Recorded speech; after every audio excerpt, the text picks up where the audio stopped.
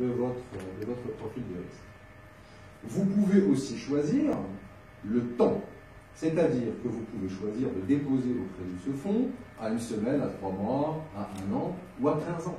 C'est vous qui choisissez, et en fonction des actifs qui seront portés, on va vous allouer un type de transformation dans le temps. Vous déposez pour 6 mois, on va vous mettre un actif 6 mois. Enfin, on va quitter le passif pour passer à l'actif. Ici aussi, le banquier a un rôle à jouer, c'est-à-dire qu'il est conseil des actifs sous-jacents et notamment conseil des projets qui sont portés et des entrepreneurs.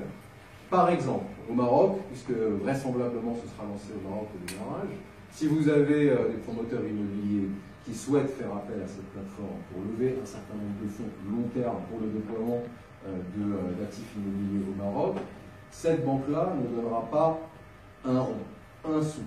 En revanche, elle fera appel à son réseau de souscripteurs pour passer directement en financement. Donc cette banque n'a pas besoin de fonds propres.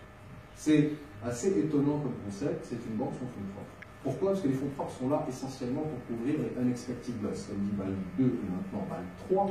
Unexpected loss, c'est tous les risques qui sont liés à la transformation. D'accord? Les risques qui ne sont pas capturés par le crédit, qui ne sont pas capturés par la liquidité ou par le risque opérationnel. Par conséquent, cette institution financière n'a pas besoin de fonds propres. Maintenant, comment elle se rémunère? Elle se rémunère uniquement en fees.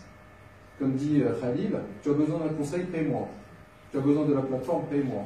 Tu as besoin que je te mette en relation avec des investisseurs et des souscripteurs, paie-moi. Et vous savez, ça existe déjà.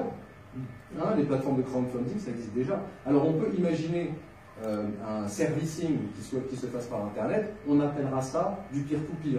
On peut choisir de loger ce système-là dans une banque, on appellera ça de l'intermédiation des intermédiaires. On peut choisir de loger ça dans un fonds, on appellera ça un fonds.